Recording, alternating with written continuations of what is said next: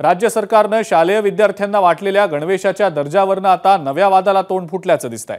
राष्ट्रवादी शरद पवार गटातले नेते आमदार रोहित पवारांनी सरकारवर यावरून टीका केली आहे। सभागृहात गणवेश दाखवताना रोहित क्वालिटी बघ असं मुख्यमंत्री म्हणाले होते। आता हे गणवेश बघून हीच का महायुती सरकारची क्वालिटी असा प्रश्नही रोहित पवारांनी सरकारला विचारलाय। गणवेश देण्याच्या नावाखाली गुजरातमधून कापड आणून दलाली खाऊन स्वतःचे खिसे भरणाऱ्या सरकारचा हिशोब करण्याची वेळ आता जवळ आलेली आहे आणि जनता हा हिशोब चुकता करेलच असा इशारा रोहित पवारांनी दिलेला आहे। गुजरातच्या एका कंपनीला मदत व्हावी, त्यांच्याकडनं कापड घेता यावं, सेंट्रली हे टेंडर देता यावं आणि काही नेत्यांनी फक्त याच्यातून काय केलं असेल तर मलिदा खाल्लेला आहे।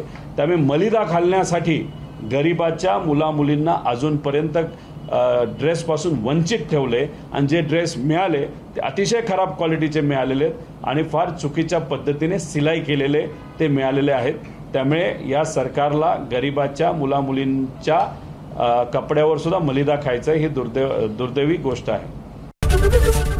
एबीपी माझा, उघडा डोळे बघा नीट।